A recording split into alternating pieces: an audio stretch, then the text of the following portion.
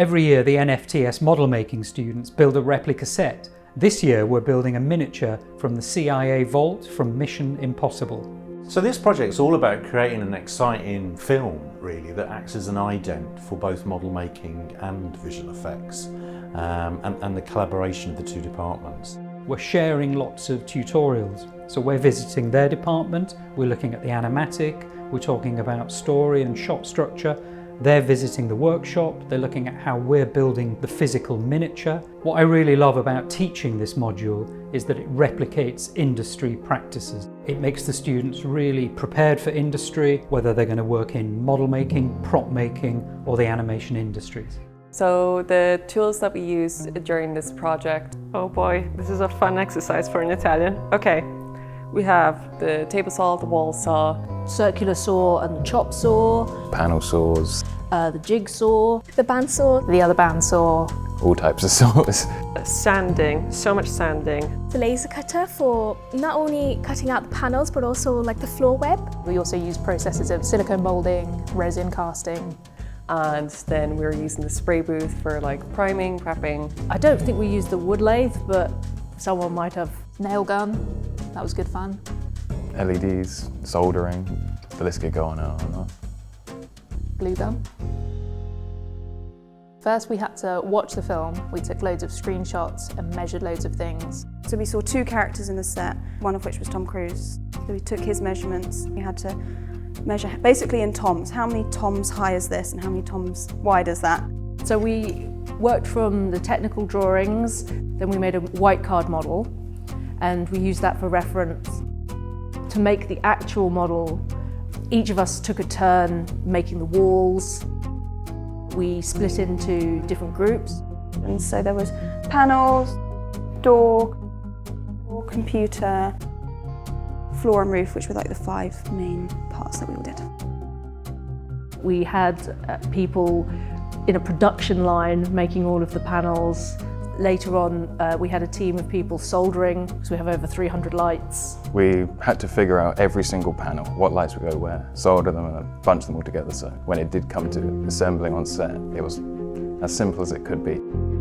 One of the tutors we had come in was Gary from Arch Model Studios, and he was really cool, teaching us all the soldering and stuff. And he's worked on like really big films that basically everyone was fangirling over the fact that he got to work on them. Of course, the first stage of starting the shoot was bringing the model over to the stage, and then depending on what the shoot and what the take was, we had to remove the walls or the ceilings.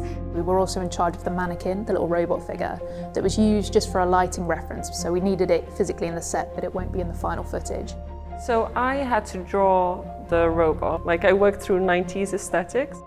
Obviously I passed that on to the VFX. And then from there, it was just taking it into CG. We built proxy models. We have to rig it. We would adjust it slightly, so there'll be small changes, small iterations.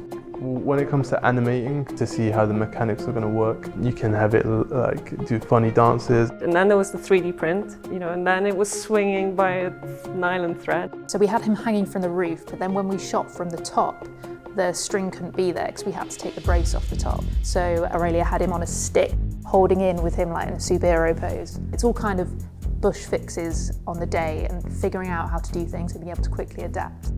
One of the amazing things about being here is that they bring in like professional companies currently working in the industry, like Emperor Films. They brought in their motion control rig, which, I mean, yeah, it was really cool to see how, One of the coolest parts being behind the scenes on set was being able to see the VFX's previous video overlaid with the actual shots they were doing of the model.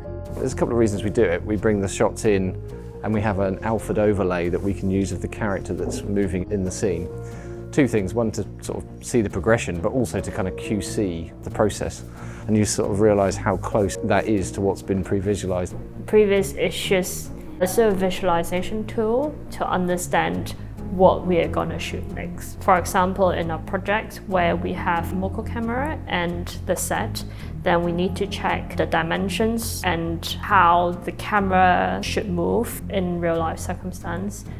For each of the shots, we rotated our roles so that we all got to experience all the different aspects of being a part of a VFX on-set team. We got to use a lot of different VFX software for the project, like Maya, Nuke, Substance Painter, Arnold, Nuke Studio, PT GUI, and Reality Capture. So after the shoot, we get the footage. We conformed all the footage and sort of organized all our passes. So we get like a rough 3D model, we put it in, we line everything up. They can then combine the plate with the camera plate and start checking whether the lighting works. And matching the animation to the camera move. So that's what the rest of the team were doing, but like when we were doing the CG, we were just more focused on getting our assets published. After the CG assets had been finalized and textured, we then took it to comp and finished the project. I'm really happy with how the finished look come together. It's really a project that is impossible to make without the team effort. So I think the main advantage of this project is that people are actually working in a pipeline. Employers really like what we do there because it means that people are used to discussing work, of understanding how everything goes together so that my students have agility and an ability to problem solve. In the last 3 months I've learnt more here than I did the whole 3 years of uni.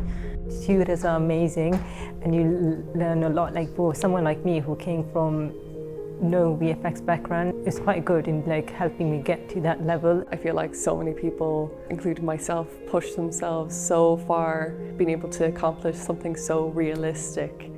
So you showed that to us at the start, there's no way we're going to be able to do it. And then you look at it at the end and you're like, oh, we did, we managed to do it.